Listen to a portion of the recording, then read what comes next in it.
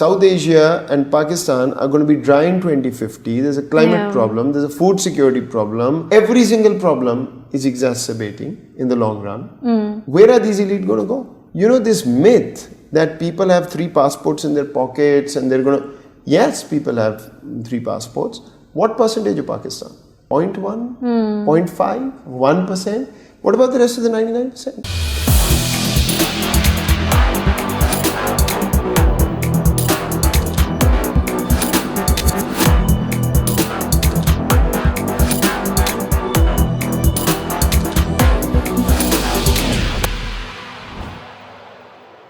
Hello everyone and welcome to another episode of At War, the podcast by the Conflict Law Center. Today we are very happy to be joined by Dr. Moeed Yusuf. Dr. Moeed Yusuf is a national security scholar who is currently serving as the 3rd Vice Chancellor of the Beaconhouse National University. Previously he was the 9th National Security Advisor to the Prime Minister of Pakistan. Thank you so much for joining us. You're welcome.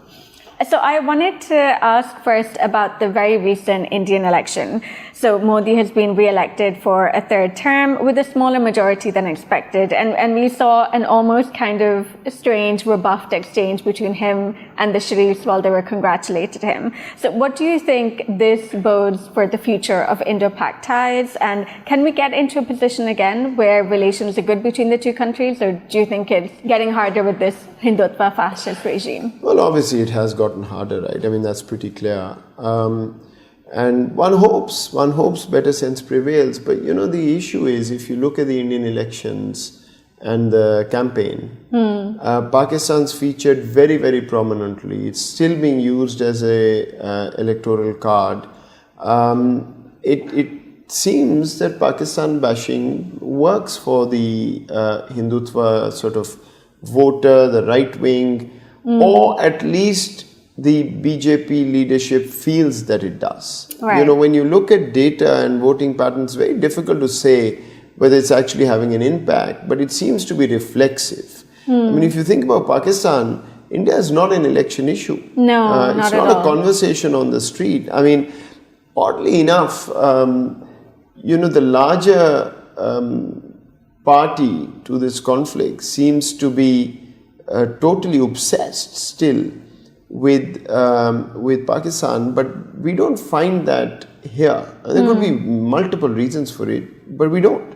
And so one's got to be skeptical. I don't know how far this goes. It's also not clear what this Modi regime is going to look like, right? I mean, from what I'm reading, there are 2 views. One view is, well, he'll be tempered. He's in a coalition, he'll have to consult. So maybe the Hindutva sort of brazen Hindutva kind of rhetoric is toned down. Right. There's another view that he may hunker down further, you know, because he would want to prove that he still remains as strong. So we'll have to wait and see, but clearly it's not going to be easy with the kind of mindset there is on the other side. Yeah, and I think it's interesting how they had really labeled it as something that they were going to get more than 400 seats. So anything less than that and not having to now be in coalition is something. Look, I mean, electoral politics is, you know, it's tricky. It's a beast all around the world. Did they actually think they were going to get 400? Right. I don't think so. I think that was sort of the conveying the confidence to deter those who are going to vote against or not vote. I mean, these are all electoral tactics. But personally, I'm not surprised at the number. Okay. You know, I think that's pretty much where I thought it would end up. Again, I'm not a you know, expert on Indian politics at all. I'm just a student looking at it from a distance. But you know, incumbency is a big issue in South Asia, in most of the world. But in South Asia, we tend to get tired of the incumbent pretty quickly. And so, you know, I think it's ballpark where it was probably going to end up. Right, okay. And to talk about the major conflict that I think we've all had our eyes glued to for about 9 months now, the Israel-Gaza conflict. And I think we've just passed 250 days of this conflict, and we've seen a very, very muted, very impotent response from the Arab and really the Muslim world. You had South Africa take the case to the ICJ. You saw Nicaragua then take Germany. this part of the world has been very, very quiet, and Pakistan has also taken quite a reticent role in that. So what do you think is going to happen for the Palestinian people, and who can they look to from the Muslim world to kind of help them achieve this? I don't know. All I will tell you is, at some point, only human life should matter. And it's not only this, but multiple conflicts around the world. We end up in politics, we end up in jargon like geostrategy and regional coordination and cooperation and this and that. At the end of the day, doesn't human life trump everything else? And unfortunately, the answer seems to be no. Yeah. It doesn't. And there's something wrong with our DNA collectively if, depending on which side you're on, you would critique and be abhorred by the same thing that you would praise and close your eyes to on the other side. Right, yeah. And yes, it's human nature, and yes, the Hobbesian world exists and all of that, but you've seen a reaction around the world. At the very least, one should start and end with a conversation about people who are dying. Whichever way you come at it, that reality is true. Yeah. And you don't have to put a name to the person. You don't have to see which side. As somebody who thinks of human life before much else, it's, I don't know what to say. But do you feel like that we have a role to play in this, in terms of Pakistan has always really championed the Palestinian cause? Look, championing a cause and being influential are two very different things. Obviously, Pakistan has a clear stance, and Pakistan's taken a stance always and it's put it out there. But does Pakistan have a role in terms of influencing that conflict? I don't really think so. Pakistan's relevance and influence has been through the Arab world. Right, And platforms like the OIC maybe. If Pakistan is now going to be playing a role at the UNSC, then, there may be a role there. But directly, I don't think there's anything that Pakistan can do to influence decision making on the conflict. Yeah, unfortunately, it's just. Yeah, and I think it's unfortunate that the platform that exists is an Arab one, because they've also done very, very little, really, apart from going to the UNSC and saying, giving a lot of rhetoric. Yeah, but again, look, having a position on a particular issue is not the same thing as being able to chart a course out for whatever is happening. Yeah. So Pakistan, I don't know, I struggle. A lot of people have sort of raised this issue in Pakistan too, but I just struggle to see what that relevance is in terms of influencing what is happening. You can do many other things, right? There could be a lot of symbolic things, there could be, but in terms of influencing, I think it's got to be the P5 and the neighbors who probably will end up doing something. The ICC is now involved, but of course that's gotten very ugly. Yeah. So I don't know. I just have a very hard time even thinking through this anymore, frankly. Yeah, and I wonder, just changing global world order, Russia is likely winning in Ukraine. As in winning to the extent that what's the definition? I don't know. It would probably be winning a certain amount of territory, and we now see NATO saying that they're allowing the use of missiles in Russian territory, which some perceive to be quite an escalatory threat. But do you think that the growing ties between Russia and China, and the fact that Russia seems to be increasingly looking to Asia, benefits us perhaps to the detriment of Europe? Look, first of all, I don't know. I really don't know what winning a war in this kind of context means. Right. It's a very, very complicated, complex and subjective thing to put your finger on. But leaving that aside, I think this notion that a country is getting closer to another country is hopping to one side, and then, when global international political orders evolve, there's a lot of fluidity. And the way this one is evolving is that you're moving from a unipolar moment to something else. Yeah. We're not quite clear what that something else is. Doesn't look like a neat bipolar one, doesn't look like a neat multipolar IR theory definition. So I don't think it's correct to analyze countries moving in one direction or another. What you are seeing and what you're going to continue seeing is that countries will pair up on issues and they could be together on a particular issue and they could be on the opposing side on another issue, which is not a terrible place to be, because you don't want camps to harden in a way that countries are forced to choose sides and then it becomes a constant strategic competition, which is playing out in a way that we are losing out on any opportunities to cooperate as countries. So I'm not sure where Russia and China are going to be on overall. On particular issues they may agree, on other issues they may not. Same with the US. US and China may agree on certain issues and may not agree on others. So for us, if that was the question, I don't think anything will benefit Pakistan the way it should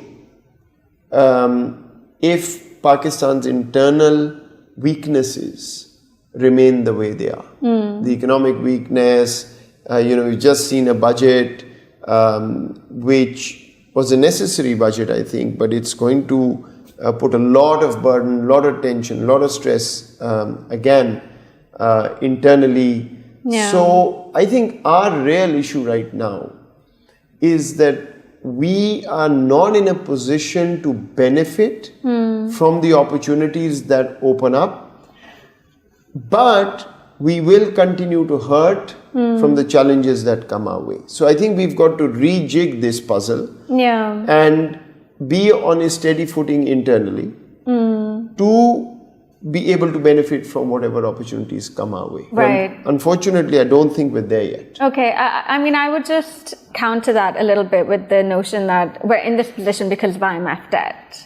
So is the... No, I'm not saying that. I didn't say but okay, maybe I'm just saying that. As in, it is the IMF which we're placating in the sense of our budget, in the sense of increasing tax revenues, right? We've just gone back there for the 24th time. What has the IMF got to do with this?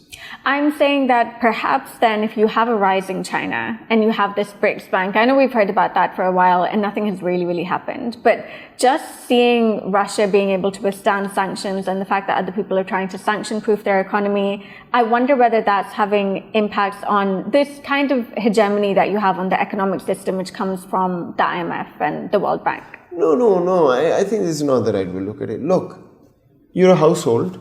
You have an income. Yeah. Right? You earn 100 rupees a month. And you have a habit of spending 500. The rest of the 400, you are chasing relatives and neighbors and friends and foes every month. And when you don't find anybody, you go to the bank and take an expensive loan to get to the 30th of the month. And then you restart that cycle. So that bank's name could be IMF, it could be China, it could be US, it could be Saudi Arabia, it could be ABC. The problem is with none of them. The problem is that you are refusing to bring down your expenditure to match your income.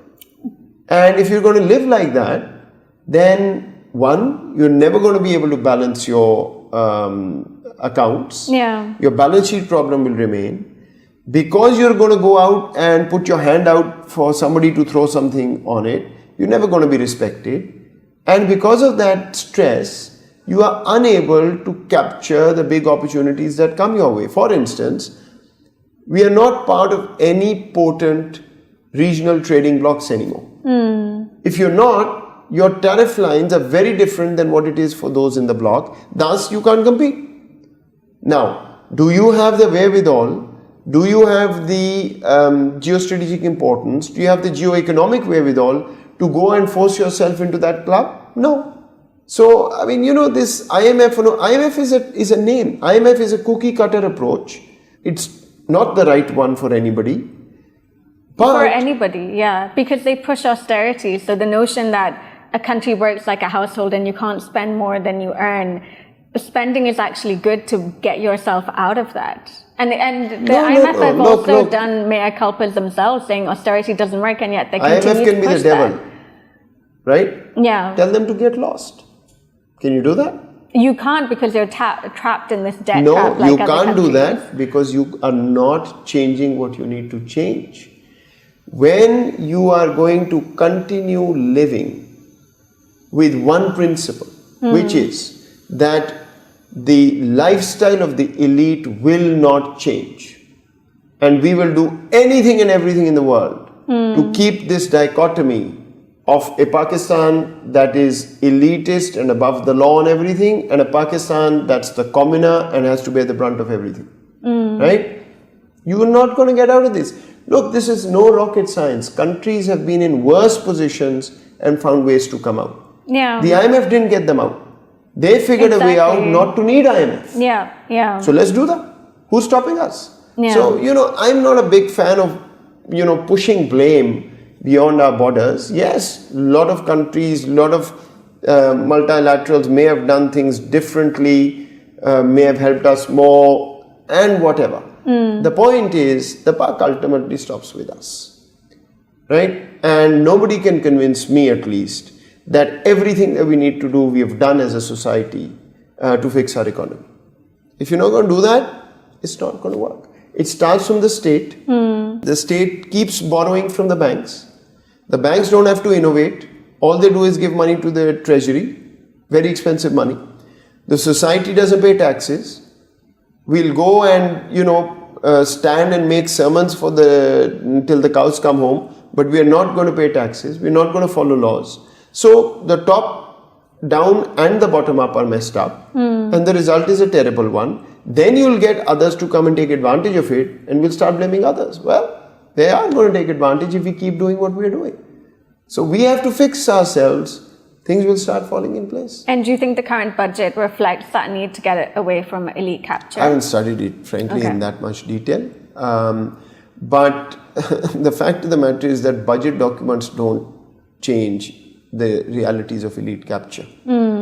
It's actually a decision made on the basis of political will and a social contract that changes that. The budget is just a tool to remove that. So I think the first has to happen for the budget to reflect that. But again, I haven't studied the document closely enough yet. And I wonder whether, to go back to it, I wonder whether the IMF is the best tool for that, whether that has to be something that's indigenous. Give me the other alternative. I want to know. What's the alternative? Well, I just wonder whether it's worked in any other country. You've done these anti-corruption drives in countries like Indonesia. Look, why don't we tell the IMF to get lost? I think we should, but Do it? Yeah. I don't have a problem with that. What's the alternative? Look, the world, there are trend setters in the world and there are trend takers in the world. Trend takers are ones who are countries like Pakistan. Yeah. We don't have that option of saying, you get out of here, we bring you here. We have done it before, right? We have told the IMF to leave. IMF is not going to be nice, right? They have a cookie cutter approach. It actually hurts a lot of people in every country, okay? But all they do is balance the books in a bad way. Yeah. Okay? They're not telling you, put money here and don't put money here. That's because you are unable to produce something, a blueprint, which works for you.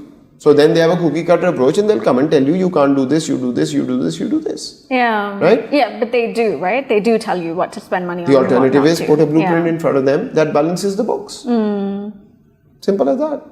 Look, there is something fundamentally wrong with us.